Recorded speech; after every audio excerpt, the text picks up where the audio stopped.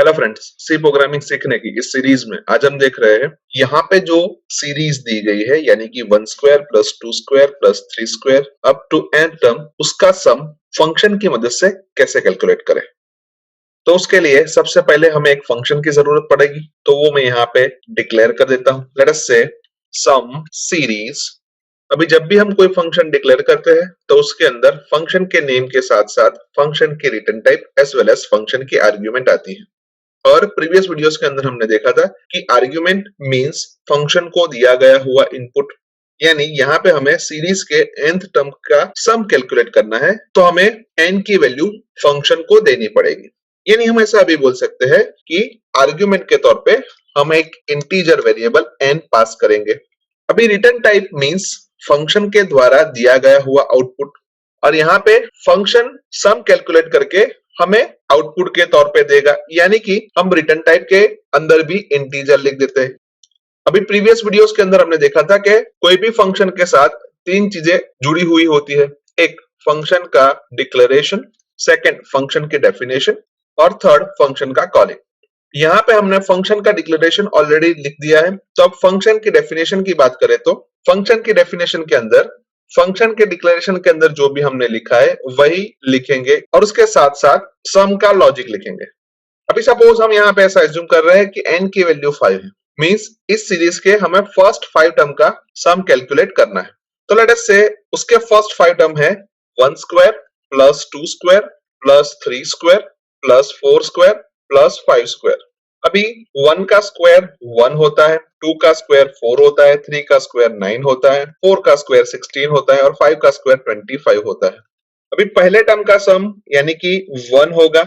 अगर हम दो टर्म की बात करें तो दो टर्म का सम 1 प्लस 4 यानी कि 5 होगा। अगर हम 3 टर्म की बात करें तो तीन टर्म के सम 5 प्लस 9 14 होगा। अगर हम चार टर्म की बात करें तो चार टर्म का सम 14 प्लस 16 30 होगा। अगर हम पांच टर्म की बात करें तो पांच टर्म का सम 30 प्लस 25 55 होगा। यानी कि हम हर एक बार जो भी हमारी प्रीवियस सम की वैल्यू होती है उसके अंदर करंट टर्म का स्क्वायर ऐड करते हैं। यानी कि अगर हम फर्स्ट टर्म के लिए भी ऐसा लिखे तो हम ऐसा बोल सकते हैं कि 0 प्लस 1 यानी कि 1, यानी कि हमने सम की इनिशियल वैल्यू को 0 एज्यूम कर दिया है। यानी अभी इसी चीज को हमें लॉजिक के तौर पे कन्वर्ट करना हो तो हम सबसे पहले सम की वैल्यू 0 ले लेते हैं, उसके बाद हम एक लूप लिखते हैं और वो लूप के अंदर हम लिखते हैं कि i equals to 1, i less than और इक्वल्स टू n और i प्लस प्लस। और लूप के अंदर हम लिखेंगे कि sum is equals to sum plus जो भी हमारा करंट टर्म है उसका स्क्वायर यानी कि i इंटू आई। यानी कि जब पहली बार लूप हमारा एग्जीक्यूट होगा उस वक्त सम की वैल्यू 0 थी और उस वक्त i की वैल्यू 1 थी, यानी कि 1 का स्क्वायर ऐड करते हैं जो कि हमें 1 आउटपुट देता है। सेकेंड टाइम जब हम लूप के अंदर आएंगे उस वक्त सम की वैल्यू 1 होगी और हमारा i की वैल्यू 2 होगी, यानी कि 1 के अंदर हम 2 का स्क्वायर यानी कि 4 ऐड करेंगे जो कि हमें 5 देगा। और ऐसे करते करते हम लास्ट में जाए तो फिफ्थ इटरेशन के बाद सम की वैल्यू 55 होगी जो कि परफेक्टली सही है। और फिर जो भी सम की वैल्यू आती है उसको हमें आउटपुट के तौर पे देना है, यानी कि हम सिंपली यहाँ पे लिख देते हैं कि रिटर्न सम।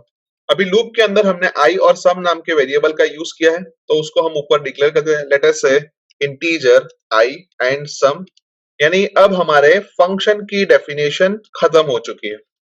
अभी हम मेन के अंदर जाए तो मेन के अंदर सबसे पहला स्टेटमेंट हम CLR SCR लिख देते हैं जो हमें प्रीवियस आउटपुट क्लियर करके देगा और उसके बाद हम गेट ch लिख देते हैं और इन दोनों स्टेटमेंट के बीच में हम फंक्शन को कॉल करते हैं।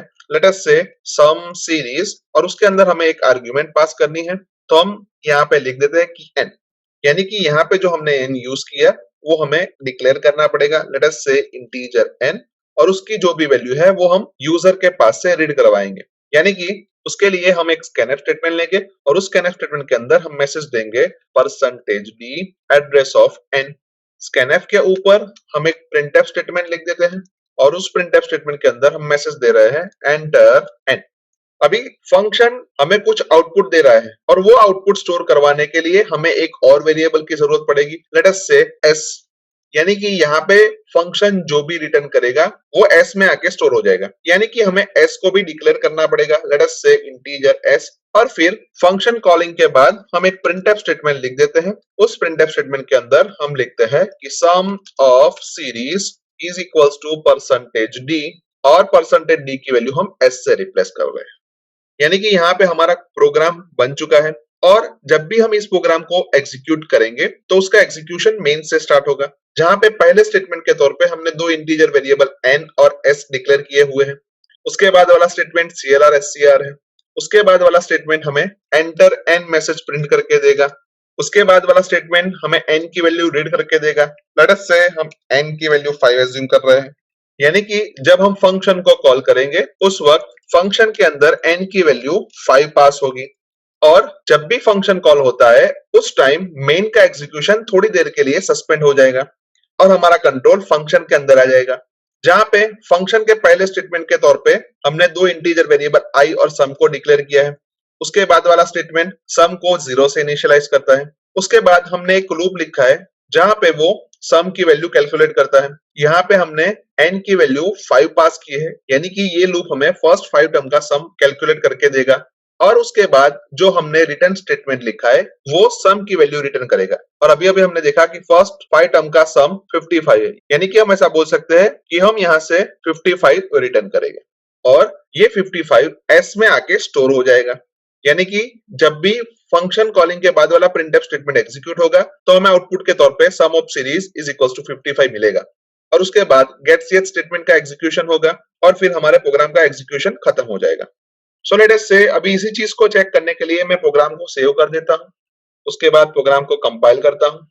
कंपाइलेशन में कोई भी एरर नहीं आई, तो प्रोग्राम को मैं रन करके देख लेता हूं, जहां पे मैं n की वैल्यू 5 इंसर्ट कर रहा हूं और हमें आउटपुट के तौर पे मिल रहा है sum of series equals to 55, जो कि परफेक्टली सही है, क्योंकि अभी अभी हमने n इक्वल्स टू 5 के लिए सीरीज का सम फाइंड किया है।